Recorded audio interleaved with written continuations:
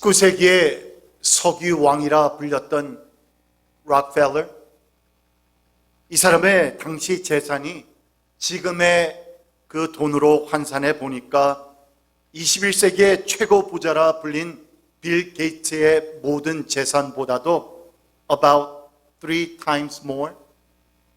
That's a lot of money. 정말 엄청난 재산입니다.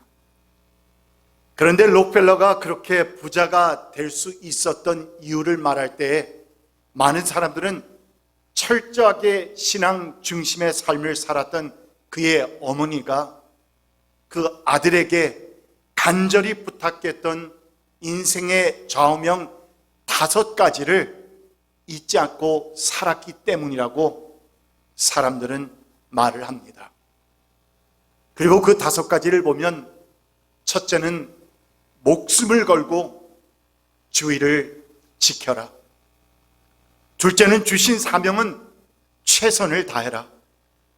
셋째, 어디를 가든 칭찬 듣고 신임받는 생활을 하라. 넷째, 11조를 세계에서 가장 많이 낼 수 있도록 축복해 달라고 기도하라. 그리고 마지막 5번째는 은혜 받는 자리에는 절대로 빠지지 말고 사모하라. 이 5가지였다는 것입니다. 여러분이 이 5가지의 내용을 조금 줄여서 말하자면 하나님 중심, 하나님 말씀 성경 중심, 그리고 또한 은혜 중심이라 말할 수 있는데, 한 걸음 더 나가서 이 3가지를 하나로 줄여서 표현해 본다고 하면 결국 하나님 성전 중심의 삶이라 우리는 말할 수 있을 것 같습니다.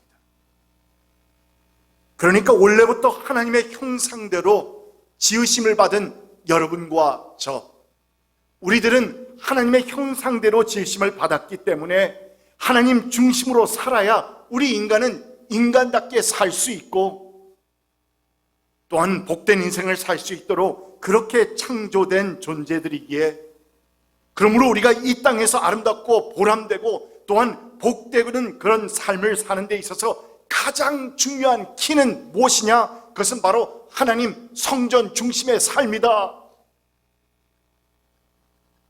하나님의 성전을 중심으로 살 때에 비로소 하나님께서 약속하시는 그 말씀을 통해서 주시는 모든 약속들을 다 누리면서 살아갈 수 있게 된다는 것입니다. 그렇다면 그 중요한 키는 하나님 성전 중심의 삶, 또는 우리 주님의 몸된 교회 중심의 삶을 살아야 한다는 것인데, 오늘 말씀을 보니까 바로 이같이 하나님 성전 중심의 삶을 사는 사람들에게 필히 주어진다고 하는 하늘의 축복에 대해서 말씀을 담고 있습니다. 오늘 시편 기자는 인간이 이 땅에서 하나님에게서 받을 수 있는 최고의 축복의 그 비결이 무엇이냐, 열쇠가 무엇이냐 하는 것을 먼저 제시해 주면서 시작하고 있는데, 여러분 무엇이라고 했습니까? 그것은 바로 하나님의 성전 중심의 삶을 사는 것이다.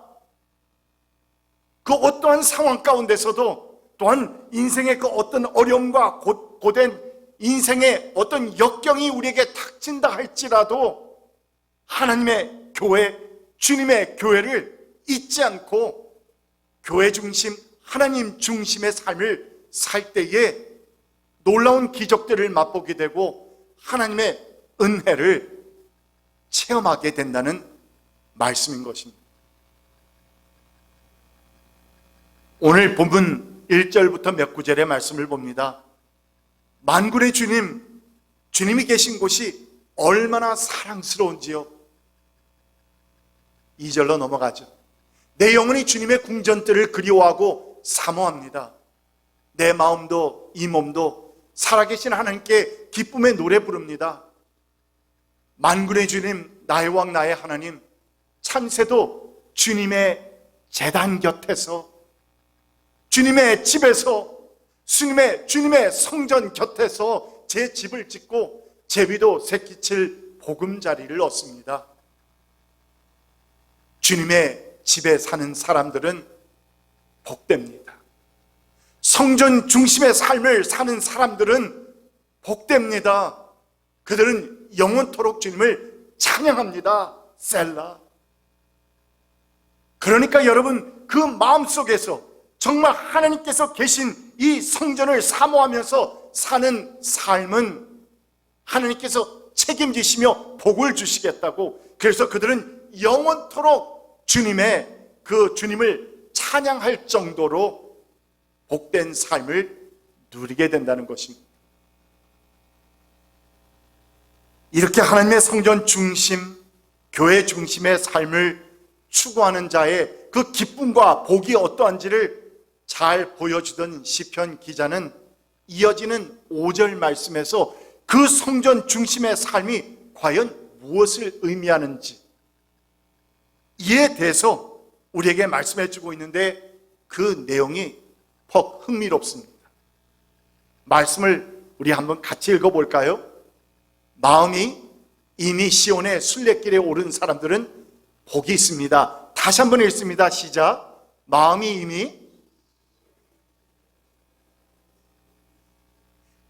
이미 시온의 순례길에 오른 사람들이라. 말이 그렇게 쉽지는 않습니다. 또한 그것을 이해한다는 것도 그렇게 쉽지는 않은 것 같습니다. 그러나 여러분, 시편 기자는 지금 이 마음이 이미 시온의 순례길에 오른 사람들, 그리고 또한 조금 전에 보았던 주님의 사는 사람들은 어떠도다? 복되도다라고 했는데, 여러분, 이 복되다라고 하는 말을 두 군데 같이 붙여서 말하면서 마음이 이미 시온의 순례길에 오른 사람들과 주님의 집에 사는 사람들, 이 두 부류의 사람들이 다 복됩니다 하면서 우리에게 바로 이 둘을 동일시해 주고 있는데, 그렇다면은 우리가 지금 보았던 마음이 이미 시온에 오른 순례길에 오른 사람들이란 무엇을 의미하는 것일까? 이것이 중요합니다. 먼저 여기서 언급된 시온, 여러분, 시온이 무엇입니까? 산입니다. 영어를 보면 Mount Zion이라고 나와 있어요. 시온 산입니다. 이 시온 산은 예루살렘 남서쪽에 자리 잡은 해발 765m의 산입니다. 처음에는 그저 산 이름으로 사람들이 이해를 했지만 나중에는 예루살렘 전체를 가리키는 말로 표현이 되기도 했습니다. 그리고 나중에 예루살렘에 하나님의 성전이 들어오면서부터는 바로 그곳은 하나님의 거룩하신 곳, 하나님의 임재하심이 있는 곳, 하나님의 통치가 이루어지는 곳, 이것을 의미하는 것이 시온입니다. 오늘 본문의 시편 기자는 그래서 이렇게 기록합니다. 주님께서 시온을 택하시고 그곳을 당신이 계실 곳으로 삼으시기를 원하셔서 이렇게 말씀하셨다. 이곳은 영원히 내가 쉴 곳, 이곳을 내가 원하니 나는 여기에서 어떻게 하겠다? 살겠다. I will live here. I'll stay here. I'll reside here. This is my place because I love this place. 이곳을 내가 좋아한다고. 이곳은 내가 임재할 곳이라고. 나의 임재함이 여기 있을 것이며 너희들이 나를 만나고 싶을 때 이곳에 나오면 된다고 말씀하고 있는 것입니다. 그러니까 시온이라는 것은 하나님이 거하시는 곳, 하나님께서 ruling, 통치하시는 곳, 그리고 하나님의 그 뜻과 또한 주권이 이루어지는 곳, 그러한 거룩한 장소를 가리켜서 시온이라고 우리는 부릅니다. 그러므로 마음이 이미 시온의 순례길에 오른 사람이라고 하는 것은 하나님이 임재하시는 그곳을 향해서 나아가는 사람을 가리켜서 말합니다. 하나님의 그 거룩하심을 사모하는 자, 하나님의 임재하심을 간절히 바라는 자, 하나님의 은혜 받기를 간절히 바라면서 하나님 계신 그곳을, 하나님 우리의 삶 가운데서 하나님을 인정하고 하나님의 주권이 내 삶 가운데서 이루어 주셔달라고, 하나님의 뜻이 이루어진 이 땅에서도 나의 삶 가운데서도 이루어 주셔달라고 하는 그런 마음을 가지고 하나님께서 우리에게 주시는 이 말씀은 내가 순종하겠습니다 하는 신앙의 결단을 그 마음속에 이미 내린 사람을 가리켜서 바로 마음이 이미 시온의 순례길에 오른 사람이라 부른다는 말입니다. 비록 내 육신은 아직 이 땅에서 살고 있지만, 그러나 내 마음은 이미 하나님의 뜻을 이루어드리고 하나님의 그 뜻이 내 삶 가운데서 나타나는 것, 또한 하나님의 정의가 이루어지는 그 시온, 하나님의 임재하심이 있는 시온을 향한 그 순례길, 순례길은 무엇을 의미합니까? 고통과 고난과 어려움을 말합니다. 쉽지 않음을 말합니다. 방랑자의 말을 말합니다. 향해서 나가는 것을 말합니다. 이러한 신앙 결단을 내 마음에 이미 마친 사람이라는 것입니다. 그렇다면 여러분, 시온의 순례길이 옳은 사람들이라는 제목을 가지고 오늘 말씀을 선포하고 있는데, 이 말씀에 비춰서 우리는 우리의 삶을 돌아봅니다. 나는 과연 내 마음속에 이미 시온의 순례길을 향해서 걸어가고 있는 사람인가? 또한 그 시온의 순례길을 얼마나 충성스럽게 신실하게 믿음으로 걸어가고 있는가?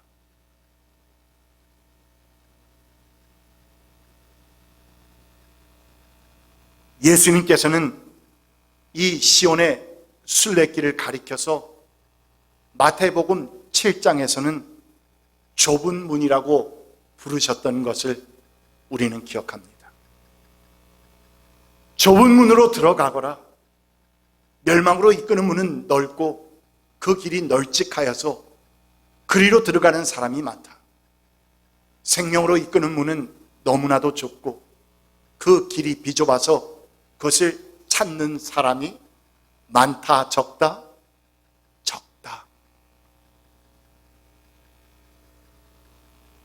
이처럼 시온의 순례길은 분명 14절에서 생명으로 이끄는 문이라고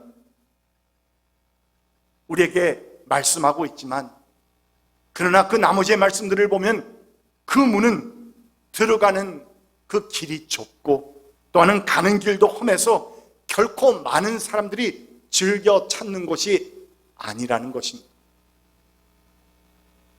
그래서 예수님은 그것을 좁은 문이라 불렀습니다.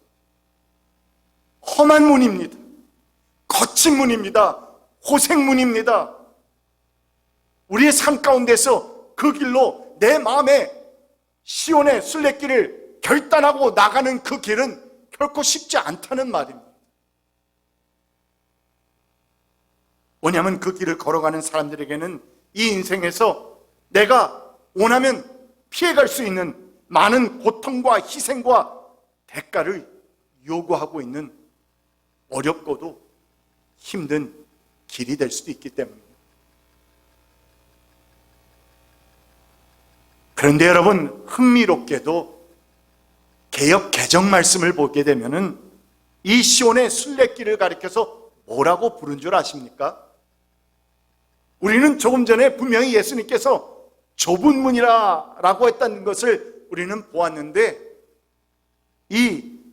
바로 이 말씀에서는 뭐라고 불렀느냐면 개역개정에서는 시온의 대로라.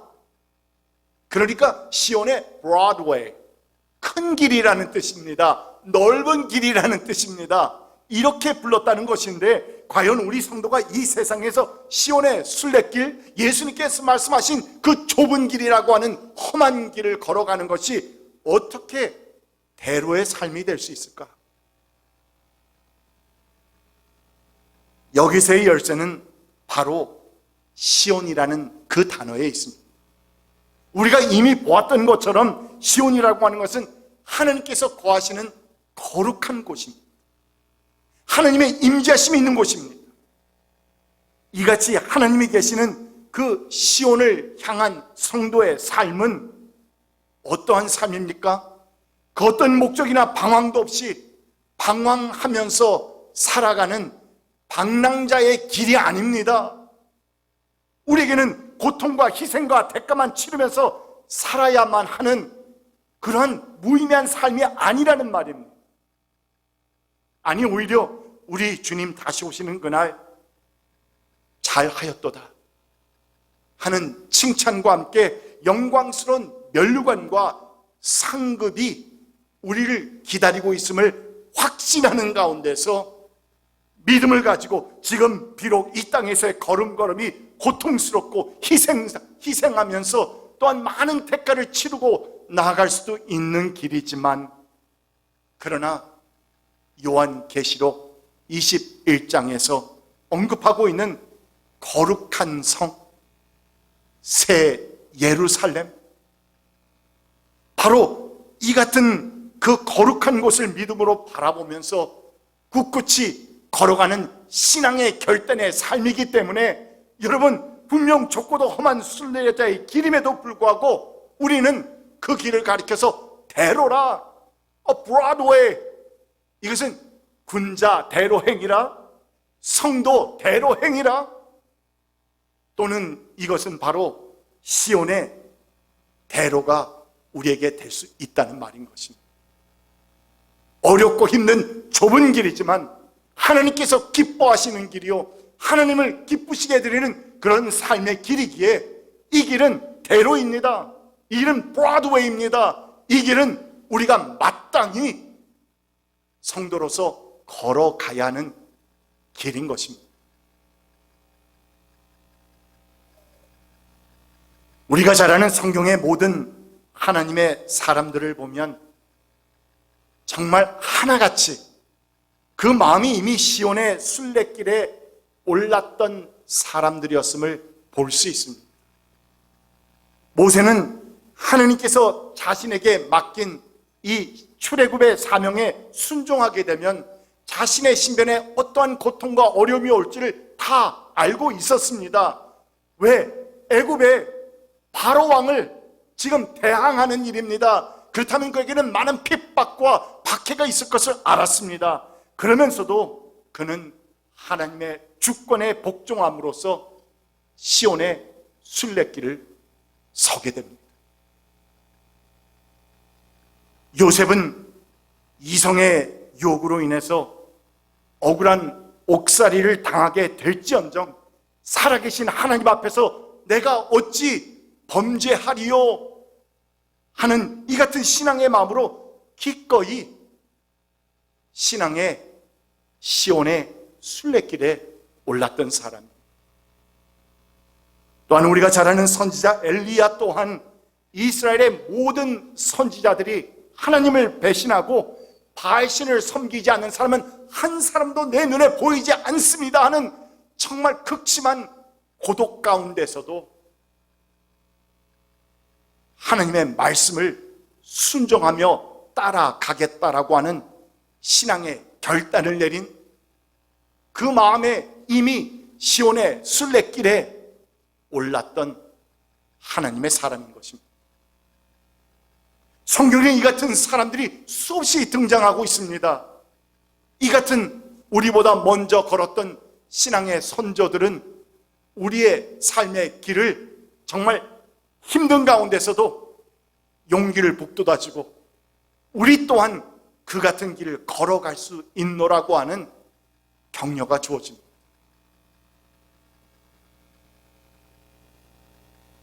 이같이 성도가 고통과 시련과 온갖 어려움이 기다리고 있는 이 시온의 순례길을 걷는다는 것이 결코 쉽지 않은 것을 누구보다도 잘 알고 계신 하나님께서는 그래서 오늘 본문 말씀을 통해서 그러한 사람들에게는 이 같은 복을 주시겠다고 약속하십니다.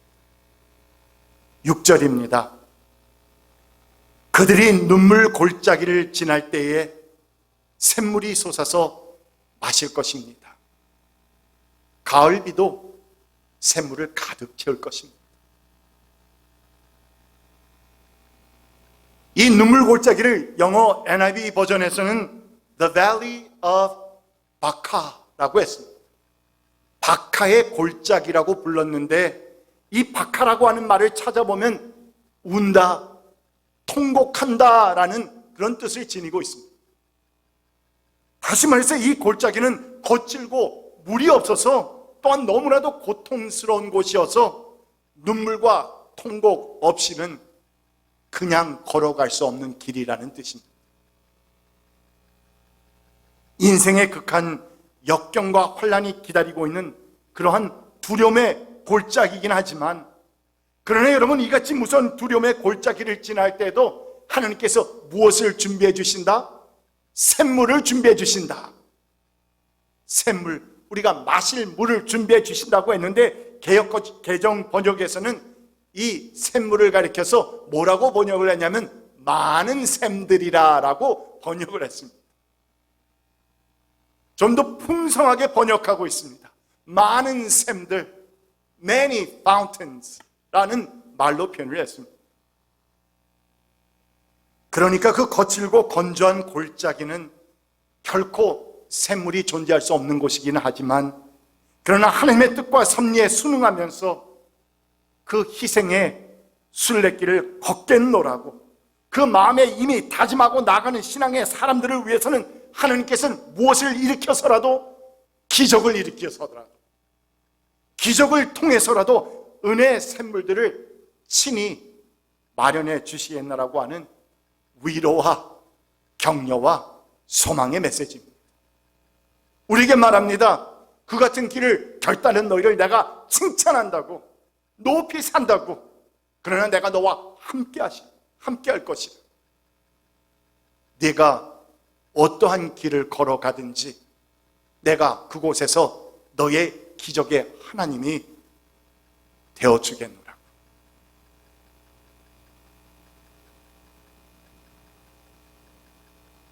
이에 이어서 6절 하반절 말씀에서는 뭐라고 했습니까? 가을비도 샘물을 가득 채울 것입니다. 이 가을비는 농부로 하여금 밭의 파종과 경작을 가능케 하는 너무나도 중요한 비입니다. 그런데 이 가을비를 시기적절하게 우리의 삶 가운데 허락해 주시겠답니다.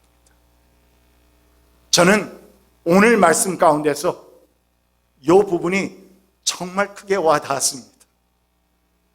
시기적절하게 우리에게 허락해 주시는 하나님의 가을비. 그래서 제목을 오히려 하나님의 가을비라고 정할까도 생각을 했는데, 너무 유행가 제목 같아서 그냥 바꾸었습니다. 하나님의 은혜의 가을비. 저는 여러분들의 삶 가운데서 이 같은 하나님의 은혜의 가을비가 충만하게 내려지는 은혜가 있기를 축복합니다.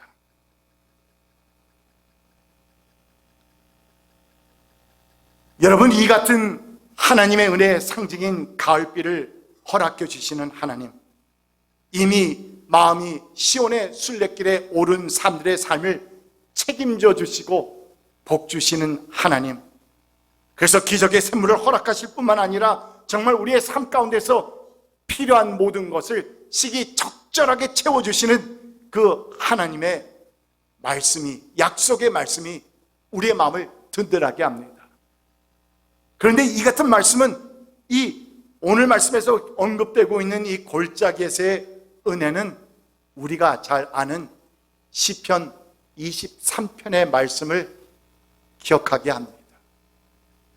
내가 비록 죽음의 그늘 골짜기로 다닐지라도 주님께서 나와 함께 하시고 계시고 주님의 막대기와 지팡이로 나를 보살펴 주시니 내게는 무엇이 없습니다? 두려움이 없습니다. 죽음의 그늘 골짜기로 다니는데도 내게 두려움이 없을 수 있는 것은 다른 것이 아니라 주님께서 나와 함께 하시고 주님의 막대기와 지팡이가 나를 지키고 보하여 주시니 내가 분명 어렵고 힘든 상황 가운데 처해 있다 할지라도 당당할 수 있고 또한 담대할 수 있는 것은 바로 우리 주님을 믿는 믿음이 우리에게 있기 때문인 것입니다.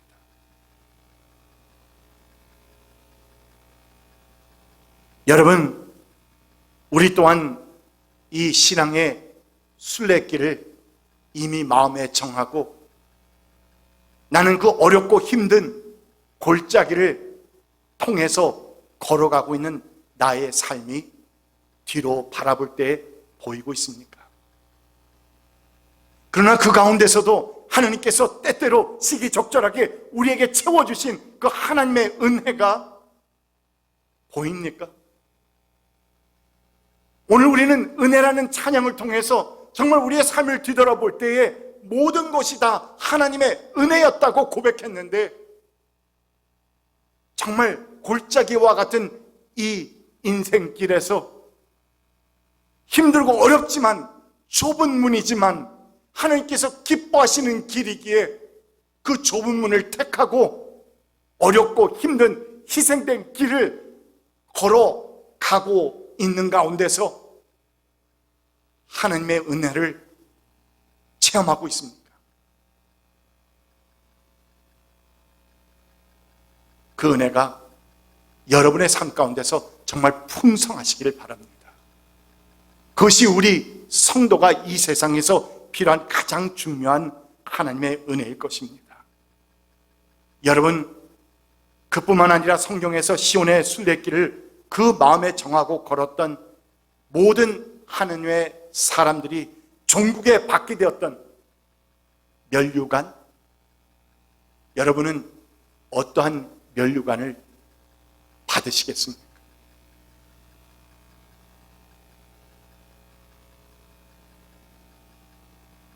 남북전쟁이 한창이었던 1862년 메릴랜드 전투에서 북군의 한 병사가 남군 병사 한 사람을 향해서 총을 조준하고 있습니다. 그런데 그때 갑자기 방아쇠를 당기려는 그 순간에 남군 병사의 입에서 찬양의 소리가 터져 나왔습니다. 이 사람은 아무것도 알지 못하고 있습니다. 그냥 그날 밤에 주님의 은혜가 생각이 나서 찬양의 그 노래를 불렀습니다. 선한 목자 되신 우리 주 항상 인도하시고 방초동산 좋은 곳에서 우리를 먹여주소서. 선한 목자 구세주여 항상 인도하소서. 선한 목자 구세주여 우리를 항상 인도하여 주소서.